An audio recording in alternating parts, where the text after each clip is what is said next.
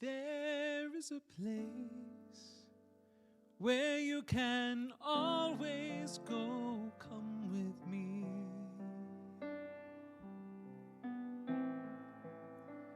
Where it's all right to let your feelings show. Come with me.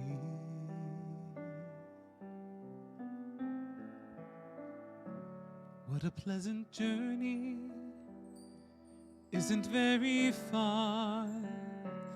We can go together, stay right where you are.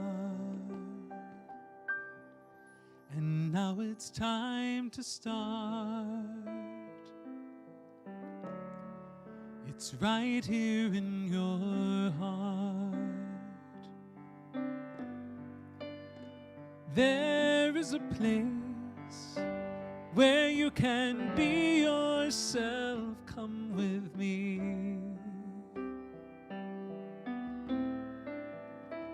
And it's a place where you can free yourself. Come with me.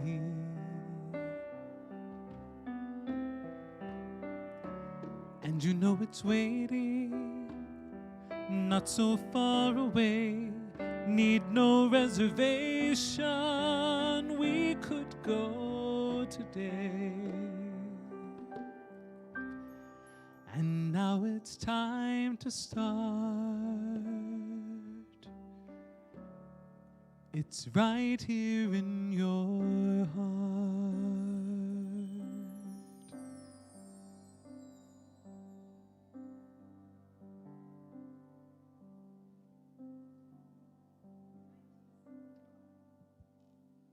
Eric Butterworth wrote the following: "We are living today in a complex and changing world." Isn't that such a lovely sentence? His words were true for that time and are certainly true today. Life is complex and always changing. It has been said that the only constant is change. If we can find stability in change, then we need no longer not only not fear it, but instead welcome it. We ride the wave of it. We dance with it. So how do we navigate these times when the outer world seems confusing, disturbing, unstable, frightening? Emmett Fox reminds us of the words of Jesus: "Seek first the kingdom of God, and all the rest will be added." What does he mean by this? Simply, first, before all else, seek a God consciousness. Be still and turn your attention to God.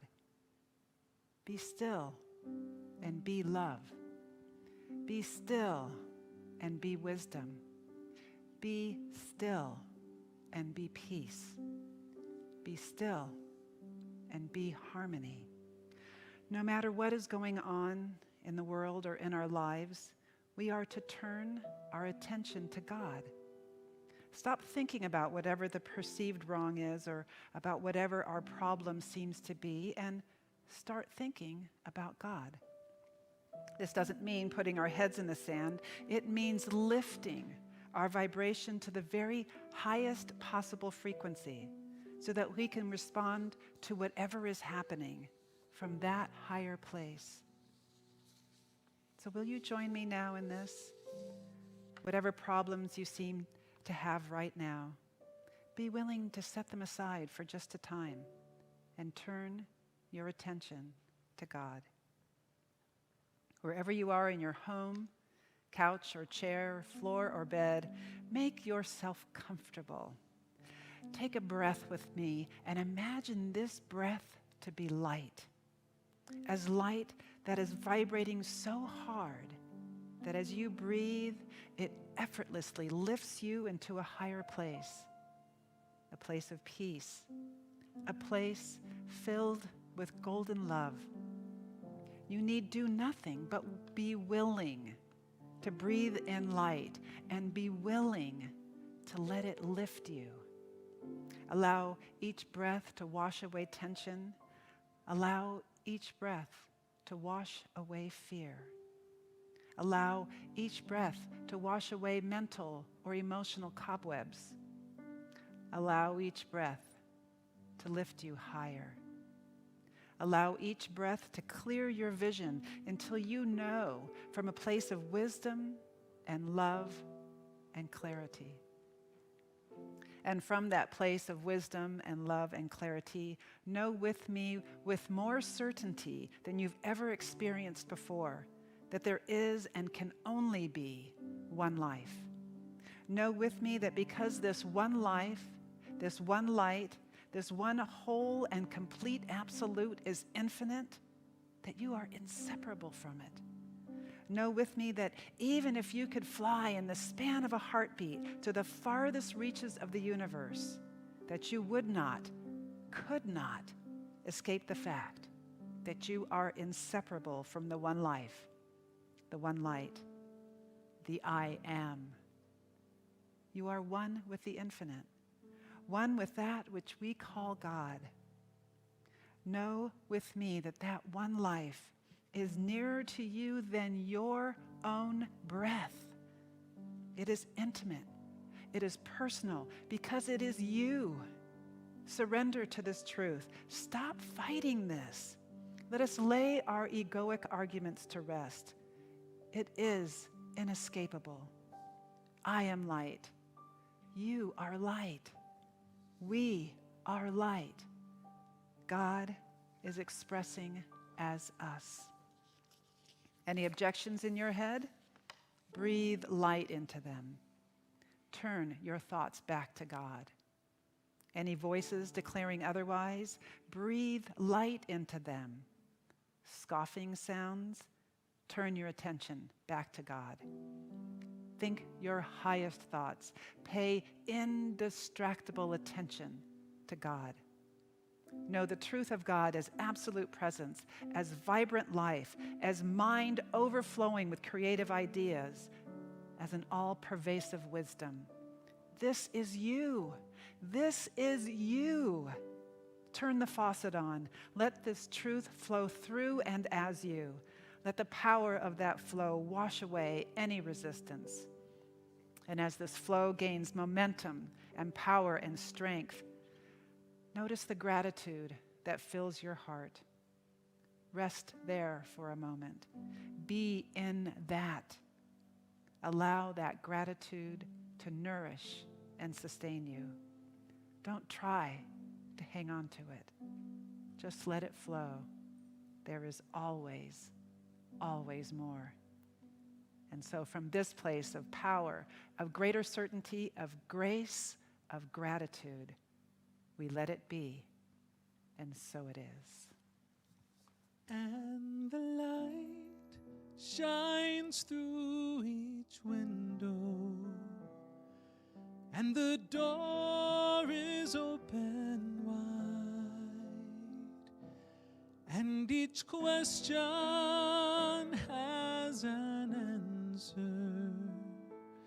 If you're lonely, look inside. There is a place where every sorrow ends. Come with me. Where every hope and every truth begins. Come with me.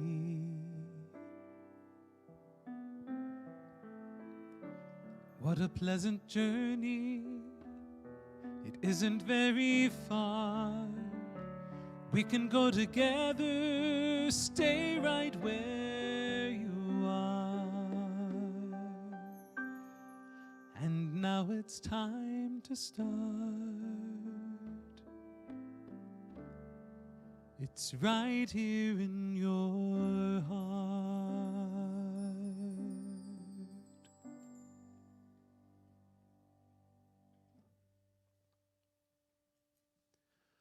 Holy morn,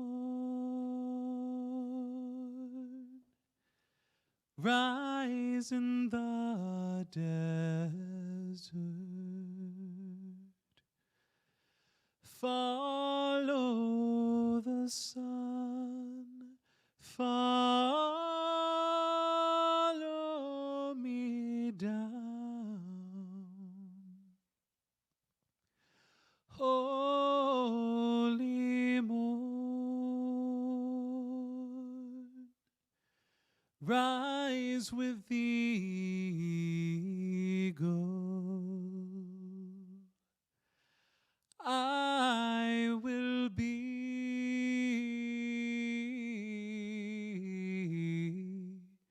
free. Holy morn, rise in the desert.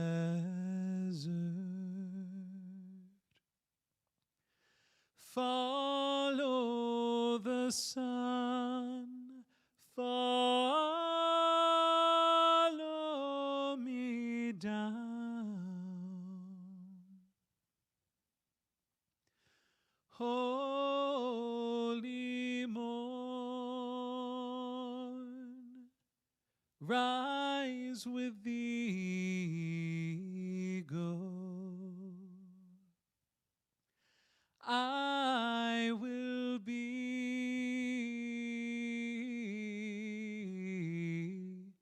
free. I will be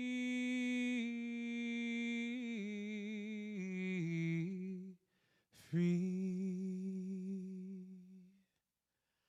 I will be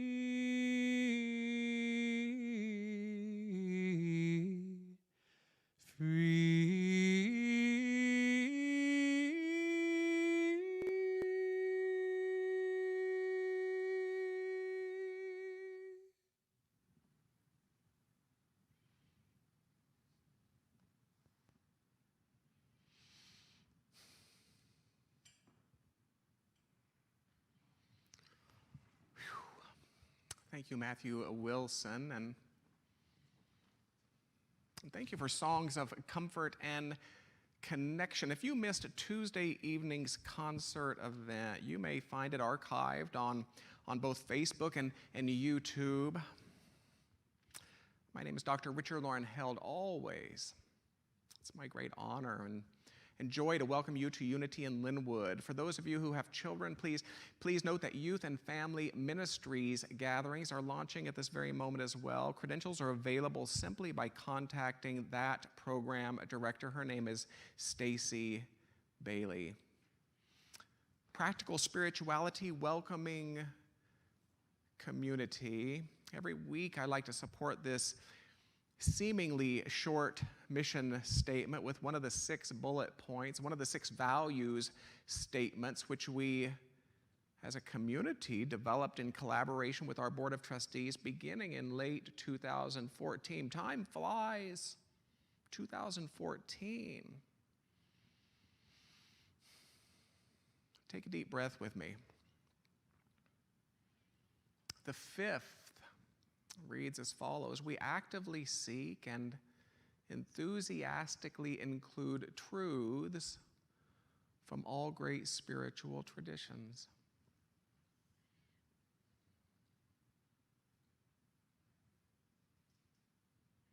I quite love that one.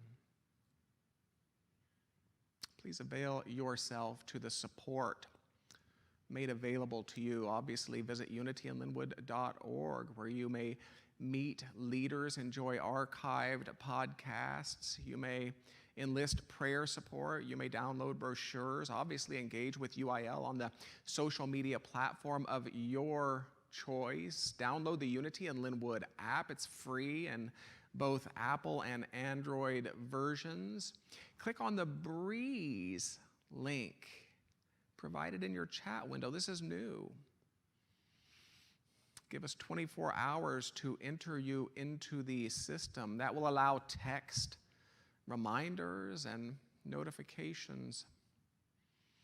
And always, if you'd like to stay in touch through periodic email messages, usually a couple per month, and no, we will never sell or distribute your information. Just click on the link provided in that chat window again. We will happily include you. Of course, this is a good way to confirm that your information is current as well. If you would like assistance with any or all of the above, simply write or ring administration. Our staff is always happy to help. Last week, we had a few people park in the parking lot during service. They honked at the highlights as if shouting, "Amen." I have to tell you, I just loved it. I loved it.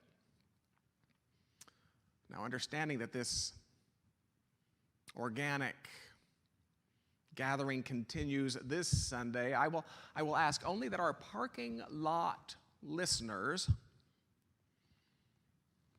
allow a space between cars, please. They're honking at you. They're saying hi. Now, after the lesson, after a mindfulness meditation, Matthew and I will come out, we'll say hi, and we will welcome you in the parking lot via Zoom. So if you would like us to welcome you, just lower your window. It's as simple as that. Now, if you want us to leave you completely alone, just raise your window. We can take a hint. Now, born in the 6th century BCE in India, the young prince Siddhartha Gautama was raised in a life of royal ease. It was shielded from the misery and the cruelties of the world just beyond his palace gates, and he was distracted by sensual pleasures and luxurious living. But one day his fateful encounter with the real world occurred. And there, in his own kingdom, he encountered for the first time suffering. Now, ultimately, this led to his great renunciation, forsaking family, forsaking fortune, forsaking a kingdom. He studied various yogic disciplines as set forth in his Hindu tradition. He studied with various teachers, and he practiced severe forms of asceticism, almost to the point of starvation. It was this ultimate rejection of his 6 grains of rice meal plan that led to his important middle way philosophy. And the central profound question that burned in Gautama was this: how may suffering be ended? And he came to sit under that proverbial Bodhi tree, determined not to rise from his meditation until he had the answer. And after some 49 days, he delivered his first sermon. And in these 4 noble truths, Siddhartha Gautama, now as the Buddha, or the awakened one, identified the symptoms, established a diagnosis, and assigned a prescription. He's often likened to a medical doctor. And he continued to wander about, to teach for another 45 years or so until his death from dysentery. His final act was recorded as his offering words of gratitude to the server who delivered that meal, opening the gates to his nirvana. Buddhism is considered a religion, a philosophy, a way of life, any or all 3. It's completely unconcerned with labels such as Christian or Jew or Hindu, so much so that a common saying describes the normative Chinese as wearing a Confucian hat, Taoist robes, and Buddhist sandals. Buddhism teaches that that all solutions are to be discovered within, that Buddhahood, although not necessarily easy to achieve, is available to everyone. That there have been and will be many Buddhas. And it begs the question, why does normative Christianity so resist its counterpart? That Christhood, although not necessarily easy to achieve, is available to everyone. That indeed humanity might do these and greater things. Now, Buddhism's first noble truth offers the symptom that pain happens at this level of reality, at which point I imagine a voice to rise, but you don't understand. I attend a unity church. It's pretty negative there, Mr. Buddha. To which I imagine the Buddha's voice to answer, really now, and the Buddha would point to childbirth, and the Buddha would point to betrayal, and the Buddha would point to loss, and he would reiterate, pain happens at this level of reality. Let's remember that it wasn't Unity co-founder Myrtle Fillmore's avoidance of disease, but it was her navigation of disease that launched Unity as a way of life. And then came the diagnosis that it's the mind's struggle that elevates pain to suffering. I might say that this struggle is the mind resisting what is, resisting situations, resisting people. You recognize its voice to say things like, well, so-and-so is unfair, and such is unjust, and so forth. Or I might say that this struggle is the mind clinging to what is, clinging to circumstances, clinging to people. You might recognize its voice as that set forth in any number of sad love songs. Oh, I can't live if living is without you.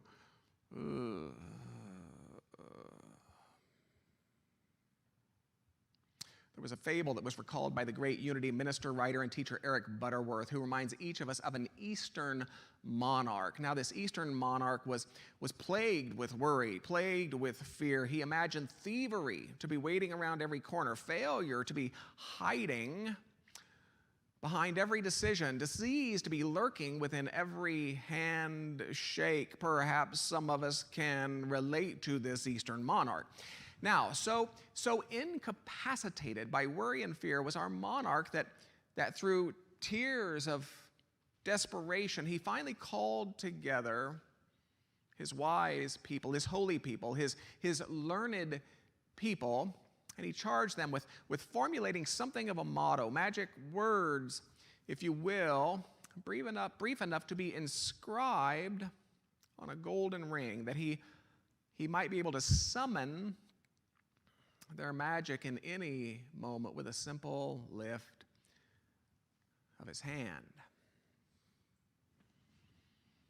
And so these wise people, these holy people, these learned people gathered, they studied, they prayed, they debated, and after many long days, they reappeared to introduce their something of a motto, and with the pomp and the pageantry one would consider appropriate to such a moment, the ring was brought forth, and the ring was accepted, and following a long succession of bowing and nodding, our Eastern monarch at long last lifted his hand to behold that something of a motto, magic words, if you will.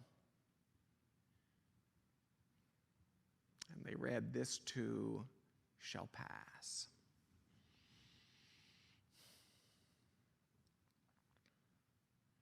Now, you might be surprised to learn that "this too shall pass" can be found alongside "God helps those who help themselves," and Spare the rod and spoil the child. God works in mysterious ways. And of course, cleanliness is next to, I can almost hear you saying it from here. In verses 12 through 40 of what I like to call the book of imaginations. In other words, while this too shall pass can be found in what I like to call the book of imaginations, it cannot be found in your Bible. And yet, if you're like most of us, you could have sworn but it's not there. And yet, if you're like me, you've symbolically lifted your hand and invoked that magic when life became difficult. You've invoked that magic when you found yourself in a financial demand with no apparent solution. When your body left you in bed sneezing and wheezing through endless episodes of Wheel of Fortune, tired old tissues hanging from your robe sleeves. When you reach that seeming impasse in a relationship, complete with wailing and gnashing, this too shall pass. And I imagine all of us have symbolically lifted our hands and invoked that magic during a global pandemic, which has changed everything about life such as we've known it to be. Now, there's another version of the fable from Jewish folklore that intrigues me even more. It's not told as often.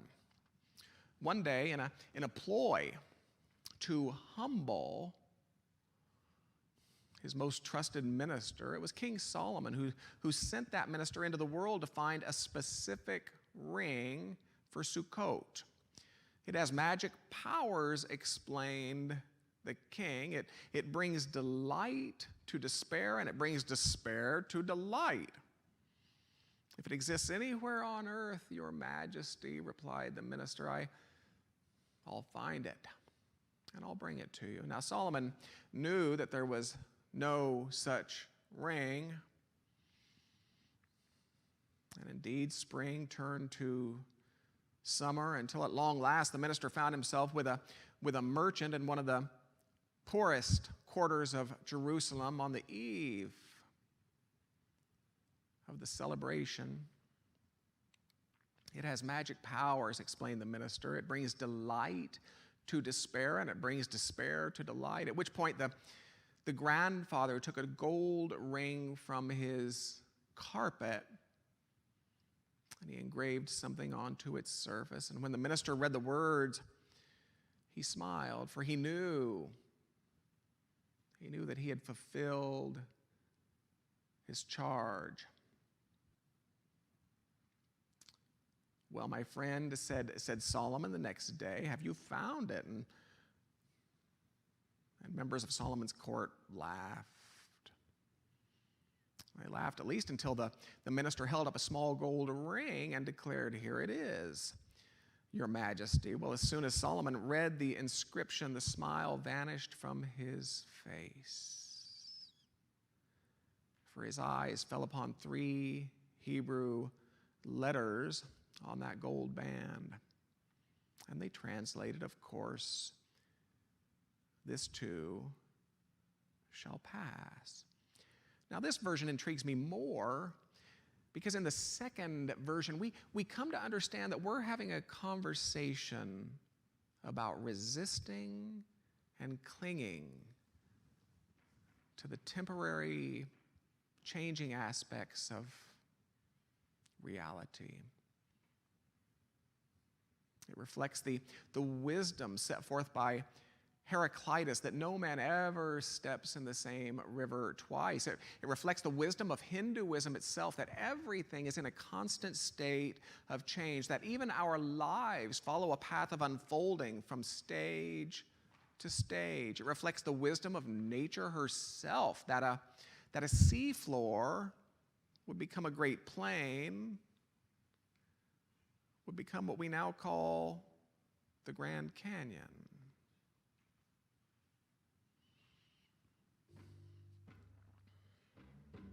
yoga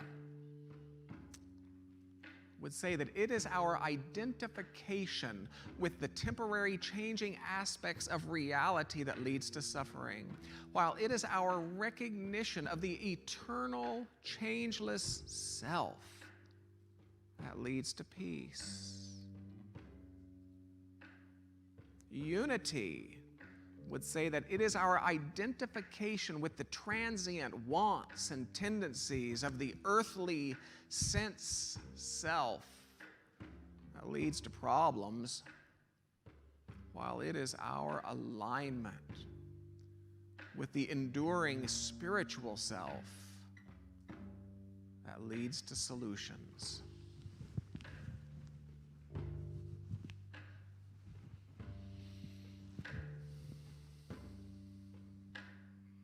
Everything must change.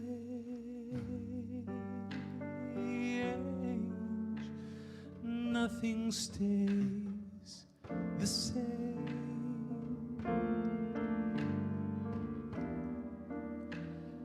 Everyone will change.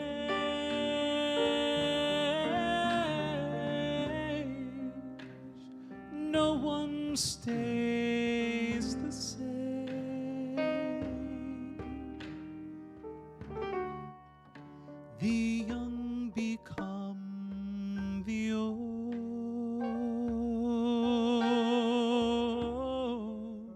and mysteries do unfold.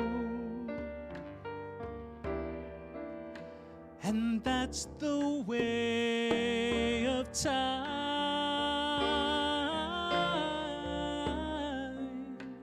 No one and nothing goes unchanged. There are not many things in life you can be sure of, except rain comes from the clouds and sun lights up the sky, and hummingbirds do fly.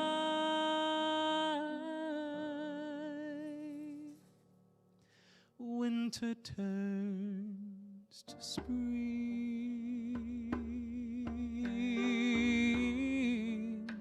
A wounded heart will heal, but never much too soon.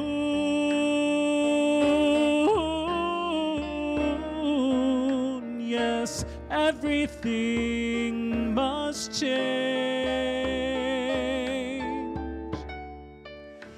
The young become the old,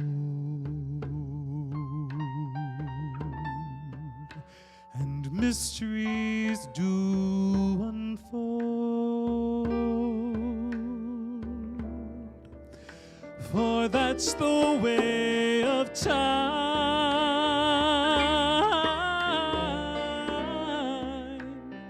No one and nothing stays unchanged.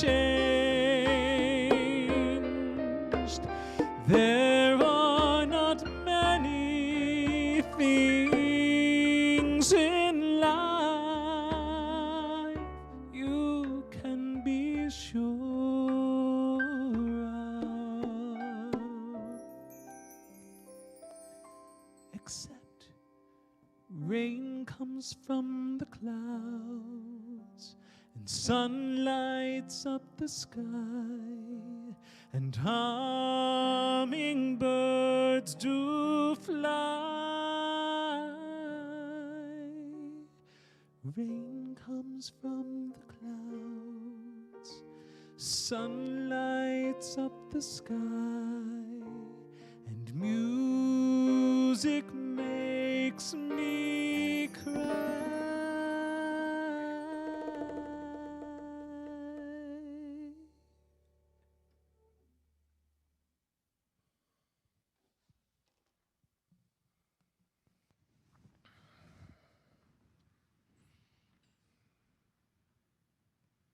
So if we can accept that the problem is a mind mired in struggle, then we find ourselves at the necessary conclusion that the solution must be a mind freed from struggle.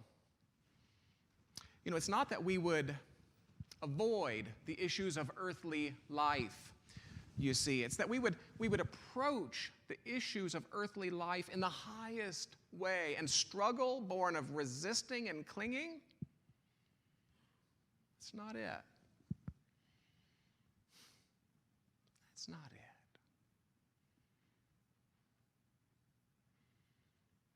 Before we close with a mindfulness meditation as spiritual practice, we turn to the words of our poets. It's Donna Folds who concludes our conversation with these words: "There is no controlling life. Try controlling a lightning bolt containing a tornado. Dam a stream and it will create a new channel. Resist and the tide will sweep you off your feet. But allow, and grace will carry you to higher ground. The only safety lies in letting it all in. The wild with the weak. Fear, fantasies, failures, and successes. When loss rips off the doors of the heart, or sadness wells your vision with despair, practice becomes simply bearing the truth."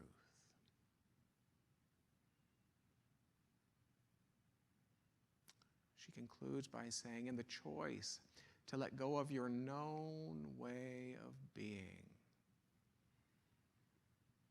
the whole world is revealed to your new eyes."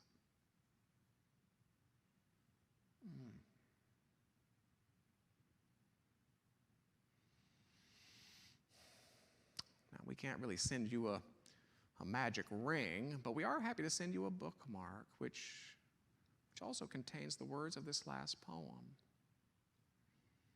Simply contact administration with the request bookmark. Please include your mailing address.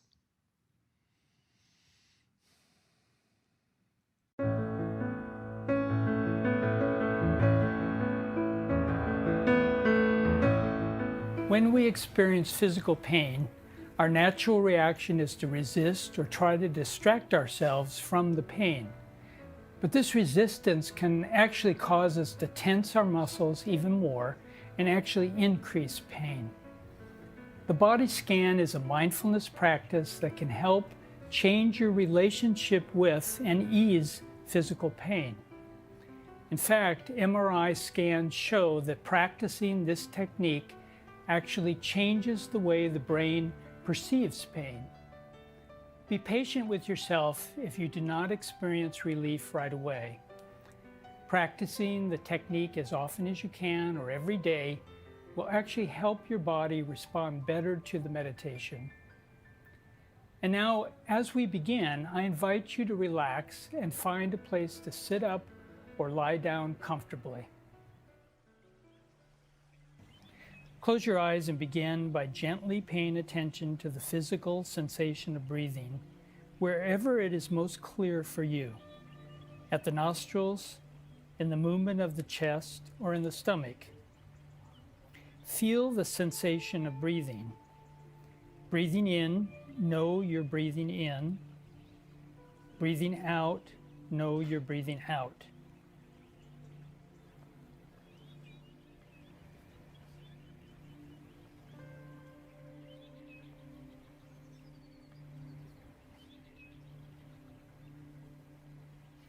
Now bring your attention to the top of your head, your forehead, Relax and soften the temples. Soften your eyes. Relax your jaw.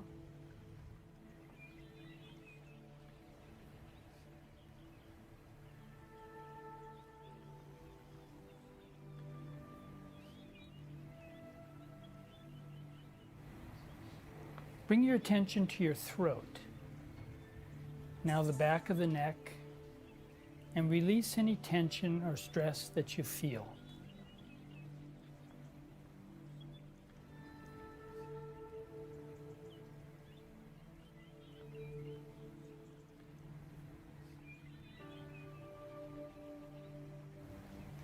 Focus now on your left shoulder, and maybe drop your shoulder slightly to relax.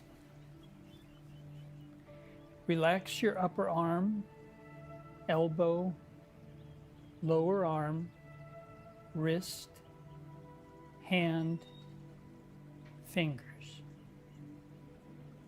Imagine any tension or stress flowing out through your fingers.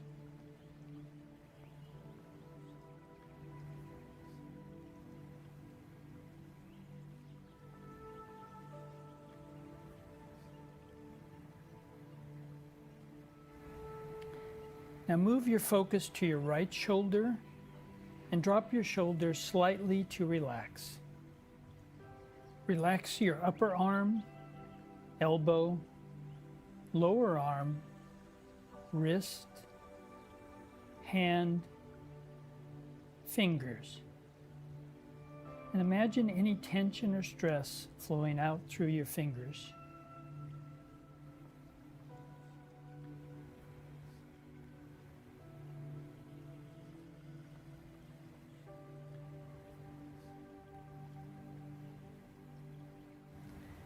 Now bring your attention to your chest and now to your stomach, and relax the muscles of the stomach.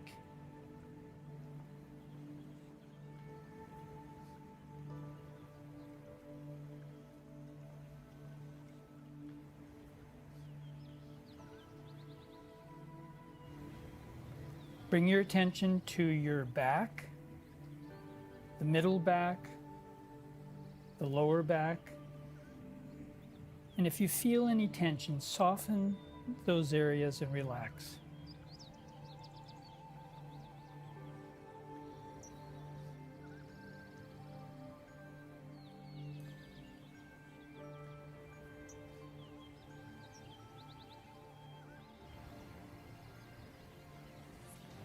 Focus now on your left leg, the upper thigh, the knee, lower leg, the ankle, the top of your foot, bottom of your foot, the toes. Feel any sensations in your toes or note the lack of sensation. If you feel tension in the toes, just soften the area and let go. If your attention wanders off into thoughts, gently bring your attention back to your left toes.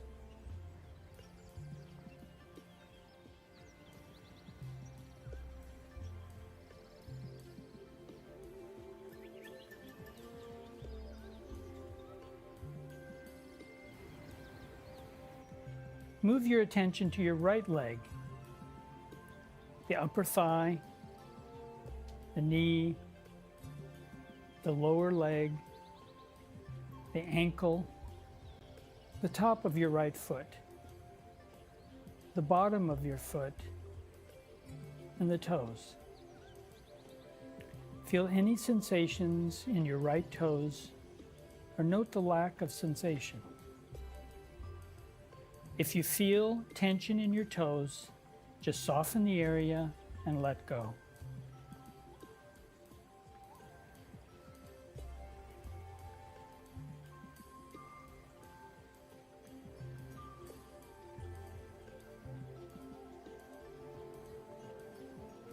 To finish the body scan, gently pay attention once again to your breathing. Feel the breath. If you can, bring awareness to your whole body, sitting or lying down.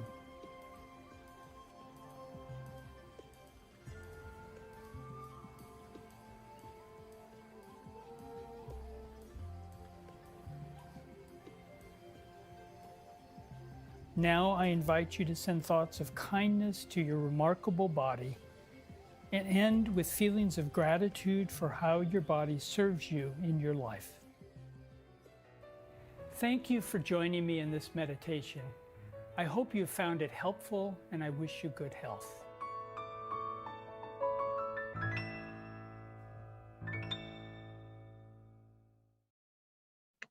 And there is your spiritual practice for the week. A mind not rooted in resisting and clinging.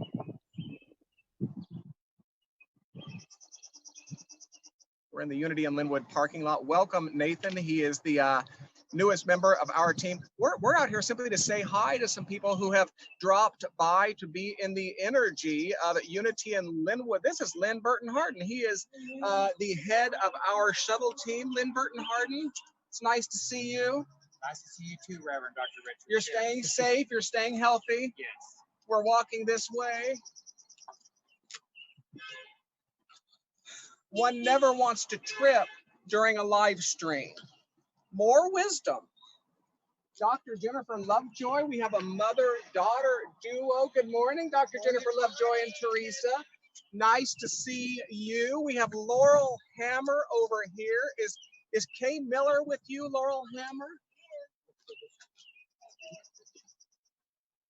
How are you girls? Fabulous. We love you. Thank I love you. We love you. It is so good to see you, although from a very decided 6 feet away. Happy Sunday, girls. Nadine Carter. Nadine Carter, it is so good to see you. Thank you for being here. Well, we'll handle that later, but thank you. We would never exchange pieces of paper without special precaution, of course.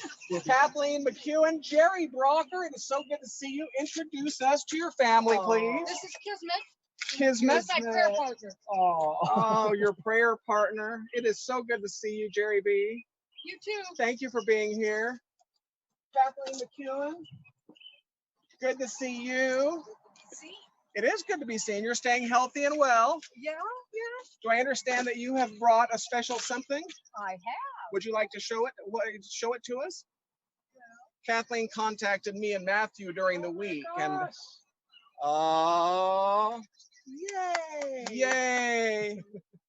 Thank you, Kathleen. Thank you, Kathleen McEwen.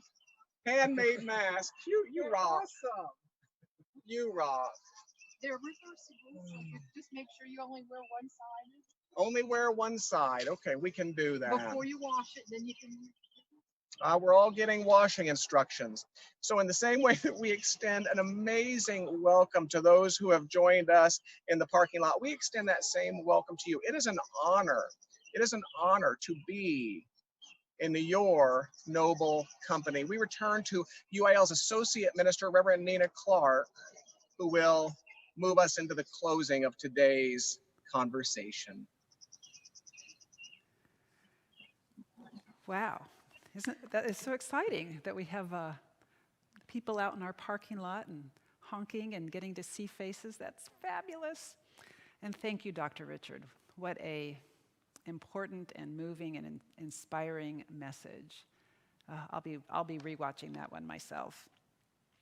And so now we've come to a time in our service where we have the opportunity to stand in the flow of substance and give back to our spiritual community so that our spiritual community can continue to nourish and flourish, or to flourish and nourish us. In this time of virtual community, we don't have the opportunity to pass that offering bag. And so today, we're going to bless our individual offerings right where you are in the comfort of your own home or car. And while Matthew inspires us with his beautiful voice and Richard with his beautiful playing. During this time, you'll have the opportunity to access the text to give opportunity or other online options, or you can mail a check and send it to us here at the church. So if you would, please take your offering. If it's a check or if it's just an amount that you intend to give virtually online, go ahead and hold that in your hand. Hold the check or your intention in your hand. They are both symbols of abundance. They are both symbols of spirit substance. So hold them in your hand and just allow yourself to be in the flow of that spirit substance. Allow yourself to be in the flow of abundance. Allow yourself to be in the flow of all the good that God is. Just filling you up to overflowing. And as that flow picks up momentum, let it center itself in your hands. Let it fill your hand. Let it fill your offering with its good, with that high intention that you're holding, and then burst forth from your fingers so that it can bless you, bless this community, and bless the greater world. Let us together hold these tithes in a high consciousness. Let them be representative of our collective knowing of plenty. And let us together bless them and release them to do a great work in the world. And so it is. Know you are loved. Rest in peace. Dream your sweet dreams till your soul is released. Know you are loved. Rest in peace. Dream your sweet dreams till your soul is released.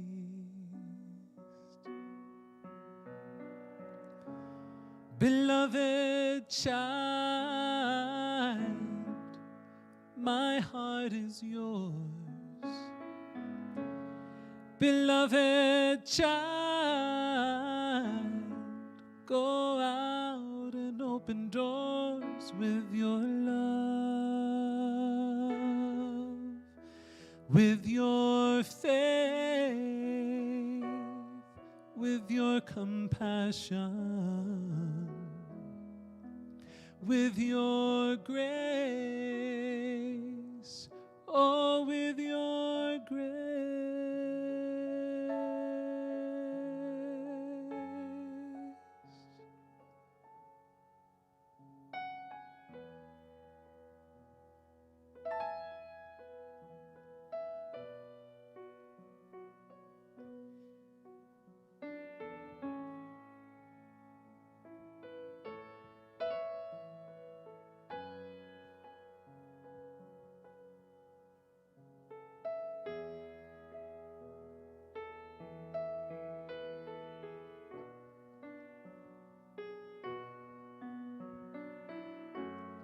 Beloved child, you are the light of the world. Beloved child, go out, spread light to the world. Be strong, be kind, be brave. Know your mind, know that you're divine. Know that it's all right to be afraid. Know you are loved. Rest in peace. Dream your sweet dreams till your soul is released.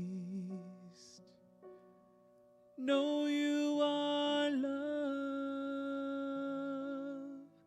Rest in peace. Dream your sweet dreams till your soul is released.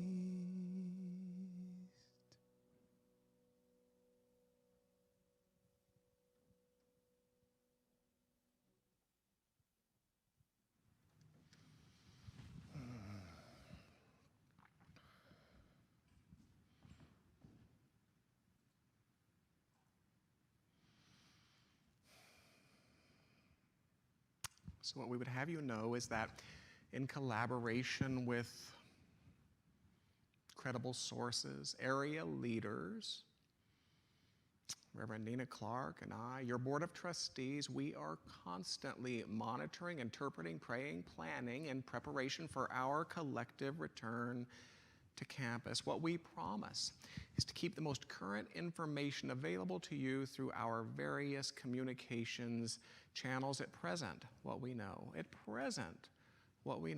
is that there will be no on-site gatherings through June 21st.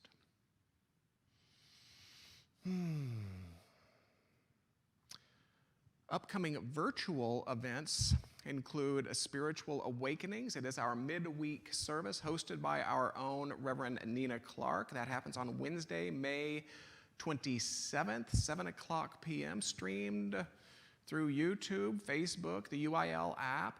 On the 31st of May, please join us again on Sunday morning. We will have music and words from Daniel Nahmod. If you're not familiar with his ministry, check him out prior to May 31st. He is quite a gift. And finally, please be reminded that our women's retreat with Ricky Byers has been rescheduled to September 25th and 26th. The cost is $125 for Friday and Saturday, all materials, all food. I've been known to say you can't eat for 2 days for $125. If the event becomes virtual, the cost will be reduced. Reverend Nina Clark, is there anything you would like to speak into that women's retreat? I would just like to say that whether this ends up being a live or a virtual event, I encourage you to sign up. Ricky Byers is powerful and inspiring, and whether we do this retreat virtually or in person, you will be moved, you will be inspired. She is just a super bright light, and attending, whether it's virtual or live, will change your life. I encourage you to sign up.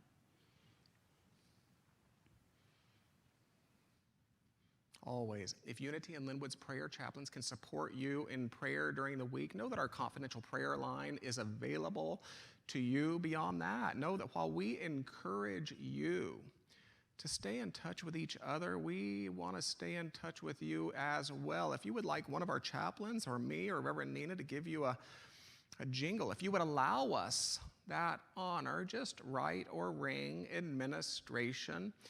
Express interest in what we call a care call. Include your telephone number, please. And yes, absolutely all are welcome to participate. Let's close those outer eyes yet again. Let's close those outer eyes and let us return to a place of spiritual practice. Let's take a deep breath together.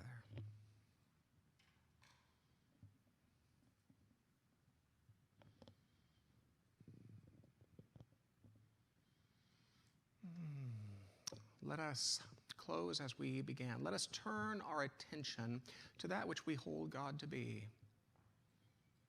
Not a set of circumstances or happenings in the world without, but a presence within. Let's turn our attention to that. Let's turn our attention to life.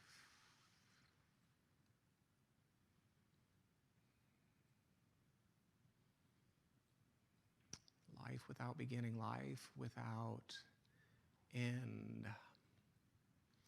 Let's place our attention upon a sufficiency. Let's place our attention upon a wisdom ever giving itself away, a wisdom that seeks only to find a willing vehicle in each one of us. And let's place our attention upon harmony. Harmony. Back of all things, a harmony that longs to make itself known in this world of form through human hands such as yours, through human hearts such as mine. Let us place our attention upon that. Let us place our attention upon all all that we hold God to be.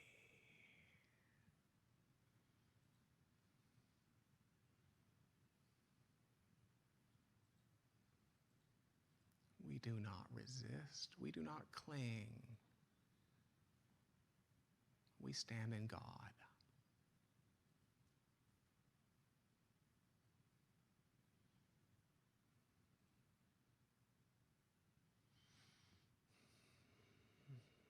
How good it is, and how good it is to be, and how good it is to be together.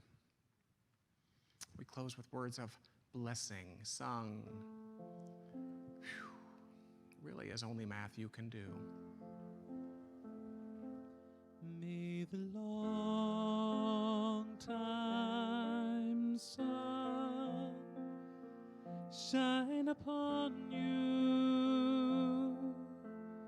all love surround you, and the pure